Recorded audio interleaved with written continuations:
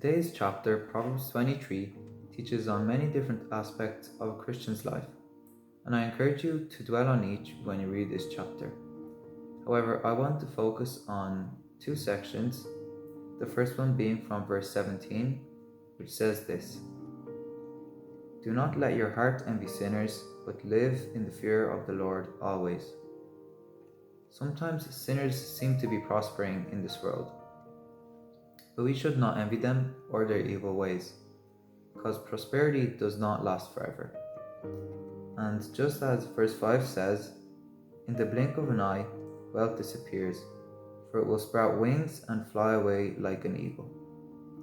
All that they once had will be gone. So we must keep our eyes on the Lord and His teaching all the way. Never let your eyes off the path of righteousness, and even though people may not see or notice your righteous living, there is an end, and this end is heaven if you stay on the path that leads to God. Now, the second aspect that I want to focus on is found at the end of this chapter,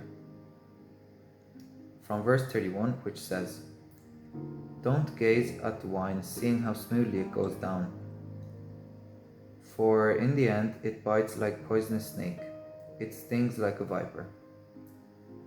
Although this passage speaks specifically about drinking, I believe that this also applies to all other sins.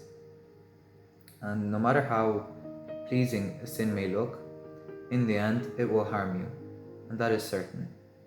In one way or another, it will cause damage and harm to your relationship with God, and of course also disappointment.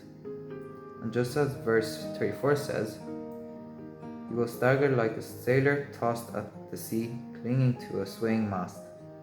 And you will say, 'They hit me, but I didn't feel it. I didn't know it when they beat me up. When will I wake up so I can look for another drink or for another sin?'" You see, there is this constant cycle of falling into sin, being harmed and damaged, and then repeating the sin over and over again. But there is no reason why you should remain there as a child of God, because you don't belong there. We are also so blessed to have the Word of God extremely accessible to us. Others may have risked their lives to own one Bible and be able to read it, while we probably have many Bibles in our house, and we are free to read it. The Bible contains the truth and God's right and perfect ways for you to follow, and all we have to do is read it, put it to heart, and pray. Be blessed once again, brothers and sisters.